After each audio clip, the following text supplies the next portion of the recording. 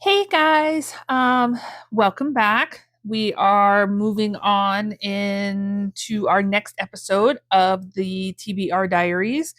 We are now on part 10.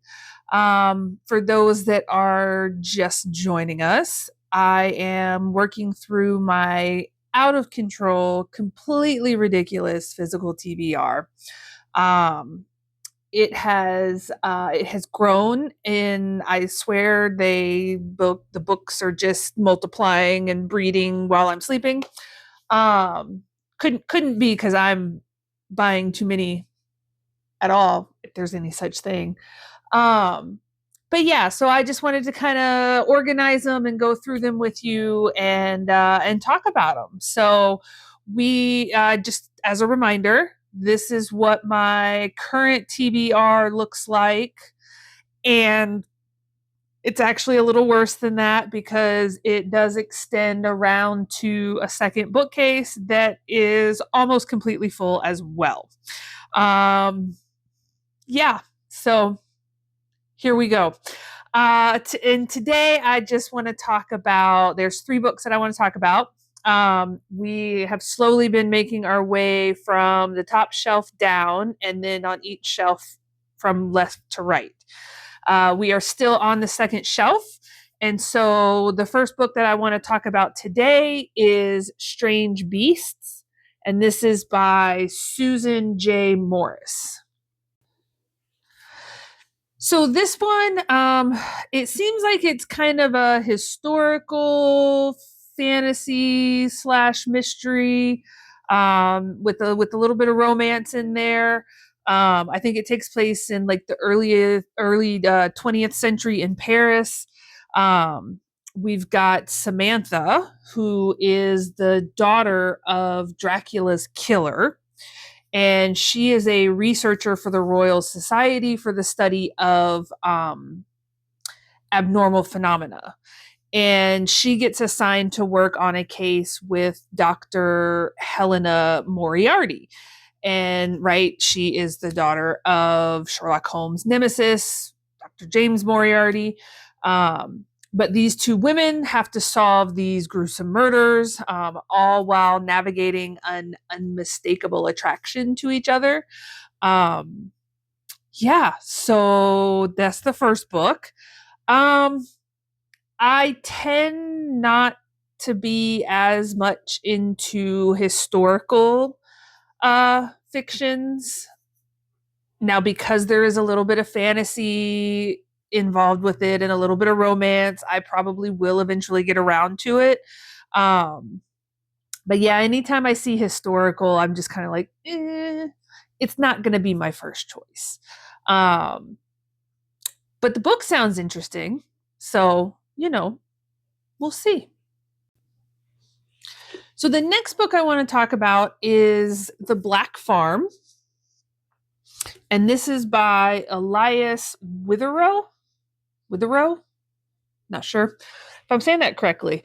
Um, but this one kind of looks like a horror thriller, more horror than anything else. Um, but we have our MMC and our FMC, Nick and Jess. And after just kind of this series of like really bad things happening, and then they end up losing a child, they decide that they are going to unalive themselves. Um, and they're going to do this together, right? So it's kind of this last final act that they do together. However, when Nick wakes up, he realizes that death was not this like gentle darkness that he was expecting. Um, and he kind of can't make sense of what he's seeing around him, right? All this weird and abominations and everything like that. Um, so driven by this like sudden will to live, he sets out to find Jess because he doesn't know where she is. But he has to make it through this nightmare that he seems to have found himself on, and that is the Black Farm. So this one, I think I just gotta, you just have to be in the mood for some horror because it sounds like it's gonna be pretty gruesome. And, sometimes I'm just not in the mood for that. And lately, I just have not been in the mood for a horror book. So that's why this one's still sitting there. And then the last book that I want to talk about today is Sabotage. And this is by Chantel Tessier. I'm not quite sure how to say that. Um, this is the fourth book, I believe, in the Lord series, which I have not read any of. I know nothing about that series. I don't know what type or trope or anything having to do with that series is. This was actually a book that I got in a blind date with a book box. And they typically don't put those in there if they're not, even if they are part of a series, but they're usually only if they're a standalone, even within that series.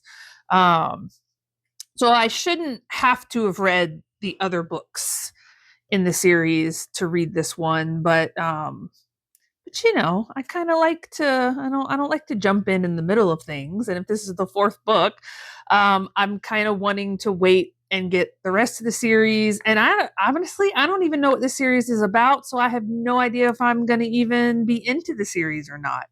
Um but yeah, enemies to lovers is not my most favorite trope. It's not my least favorite, but it's not my most favorite either. And it sounds like this is going to be an enemies to lovers trope, with a very kind of possessive but also vindictive MMC. So I'm not sure how I feel about that. I mean, I love a good possessive MMC, but vindictive, I don't know about that. At least not when it comes to your partner. Maybe be vindictive with everybody else. I don't know. I don't know. So we'll see. I'm kind of, like I said, I'm kind of waiting to see about the rest of the series before I get into this one, and if I'm even gonna like the rest of the series or not. So yeah. So those are the three books that I wanted to talk about today. We are about halfway through the second shelf. So we're slowly making our way through all of these. Um, yeah, let me know down in the comments if you've read any of these books, what you think, if I should move them up or down the TBR. Yeah, I look forward to hearing from you.